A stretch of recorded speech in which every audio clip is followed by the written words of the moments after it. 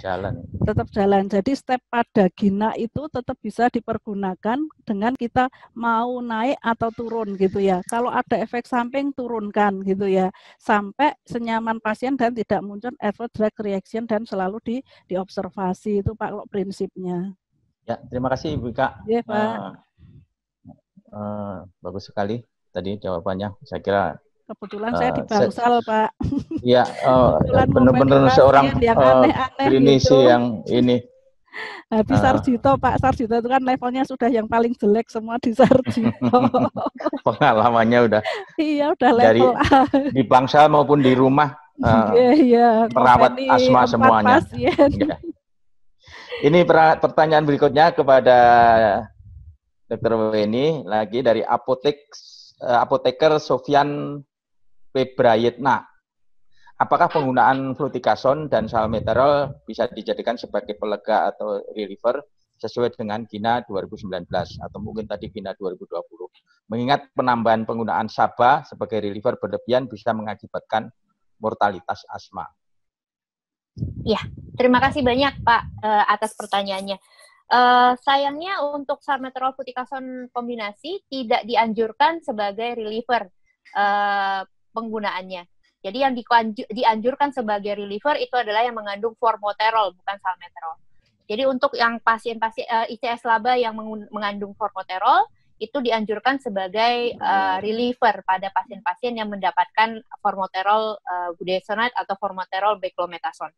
Nah, pertanyaan yang berikutnya itu tadi adalah takut penggunaan SABA-nya jadi berlebihan, jadi karena penggunaan SABA berlebihan berkaitan dengan kematian.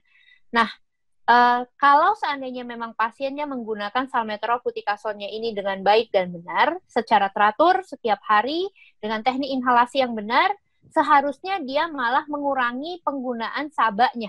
Jadi pasien ini karena dia terkontrol, jadi penggunaan SABA-nya itu berkurang. Jadi penggunaan SABA ini kan hanya diberikan kalau seandainya pasien bergejala. Pada saat pasien tidak bergejala, tidak perlu digunakan SABA. Reliever kan gunanya itu, tadi sudah disampaikan oleh Bu Ika bahwa controller dan reliever itu fungsinya berbeda. Controller adalah pasien yang obat yang digunakan untuk mengontrol asma supaya tidak sering kambuh atau tidak sering serangan. Kalau dia menggunakan controller dengan baik, harusnya penggunaan relievernya tidak digunakan juga terlalu banyak. Jadi seandainya dia menggunakan salmeterol fluticasone kombinasi, seharusnya penggunaan dari relievernya juga berkurang. Kalau dari penelitian yang ada ditunjukkan bahwa pasien yang menggunakan salmeterol fluticasone kombinasi selama 3 tahun itu akan mengurangi penggunaan pelega bahkan sampai tinggal 1 kali seminggu saja. Jadi hanya sekali seminggu penggunaan relievernya atau SABA-nya. Jadi penggunaan SABA yang terkait dengan kematian itu adalah penggunaan SABA yang berlebihan. Artinya 1 hari itu dia bisa sampai 1 can. Atau 1 hari bisa lebih dari 40 semprot. Itu yang bisa menyebabkan kematian. Jadi penggunaan SABA, kalau dosis maksimumnya itu adalah 40 semprot per hari, kalau seandainya mereka menggunakan itu hampir setiap hari, itu yang berbahaya. Itu yang tidak boleh. Namun kalau seandainya dia menggunakan ICS laba dengan teratur, seharusnya penggunaan relievernya itu pasti berkurang. Mungkin itu Pak. Ya, terima kasih Dr. Weni. Kita beralih lagi kepada Ibu Ika. Ini ada pertanyaan dari Sejawat Muhammad Toha, SSI Apoteker. Bagaimana perbaikan asma pada ibu hamil? Apakah selama kehamilan dapat menggunakan reliever?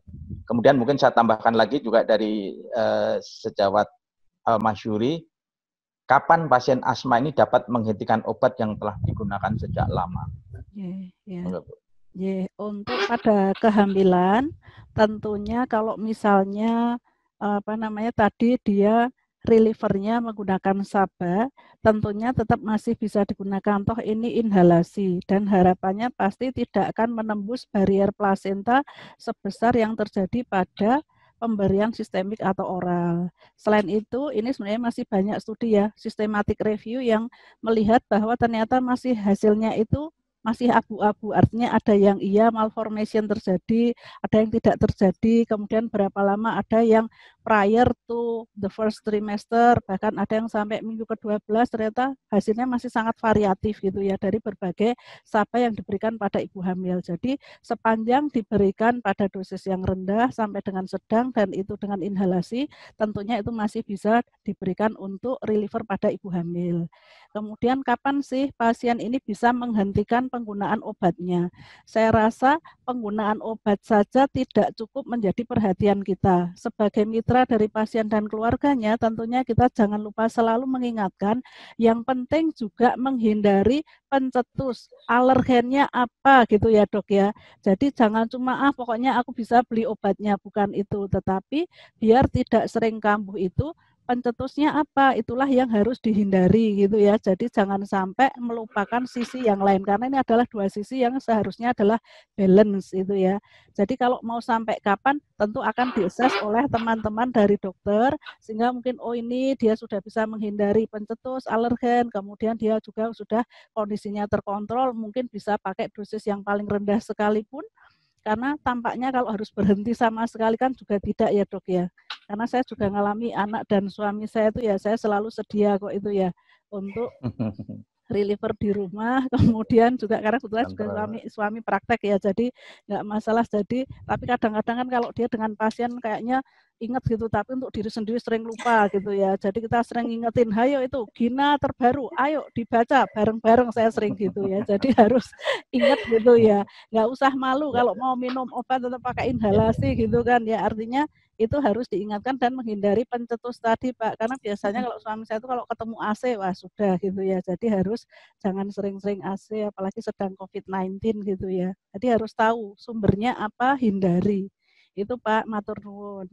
Ya, terima kasih Ibu Ika. Kembali kepada Dr. Weni ini, ada 2 pertanyaan ini untuk dokter. Yang pertama terkait dengan cost efektif ini dari sejawat Muhammad Toha juga.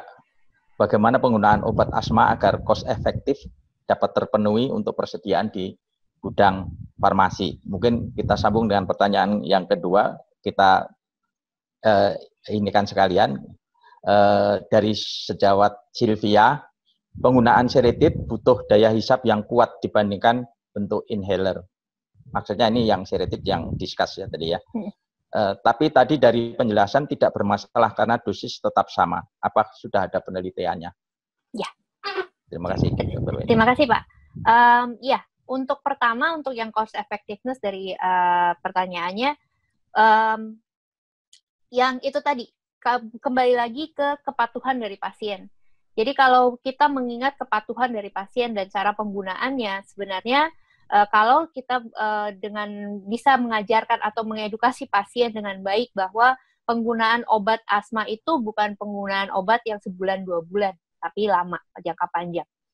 Walaupun memang kalau seandainya dalam jangka panjang ini dengan assessment nantinya akan bisa diturunkan dosisnya ataupun bisa bahkan lepas obat pada satu titik kalau seandainya dia benar-benar terkontrol dengan baik.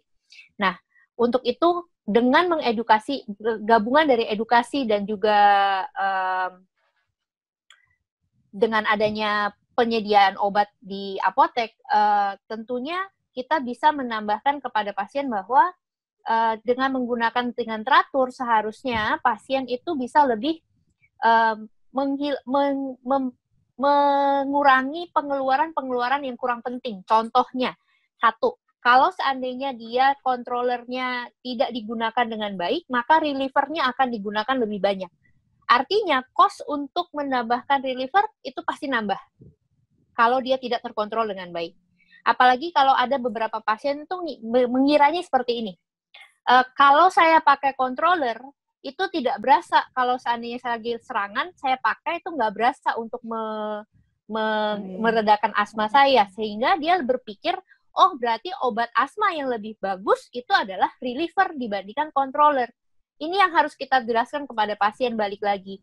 Bahwa yang penting itu controllernya justru, bukan relievernya. Reliever hanya digunakan sewaktu-waktu. Jadi dengan mengajarkan ini kepada pasien, mengedukasikan ini kepada pasien, kita bisa dengan secara tidak langsung mengurangi biaya-biaya yang tidak penting. Contohnya tadi dengan biaya reliever, belum lagi biaya kunjungan ke emergency department kalau dia lagi serangan asmanya berat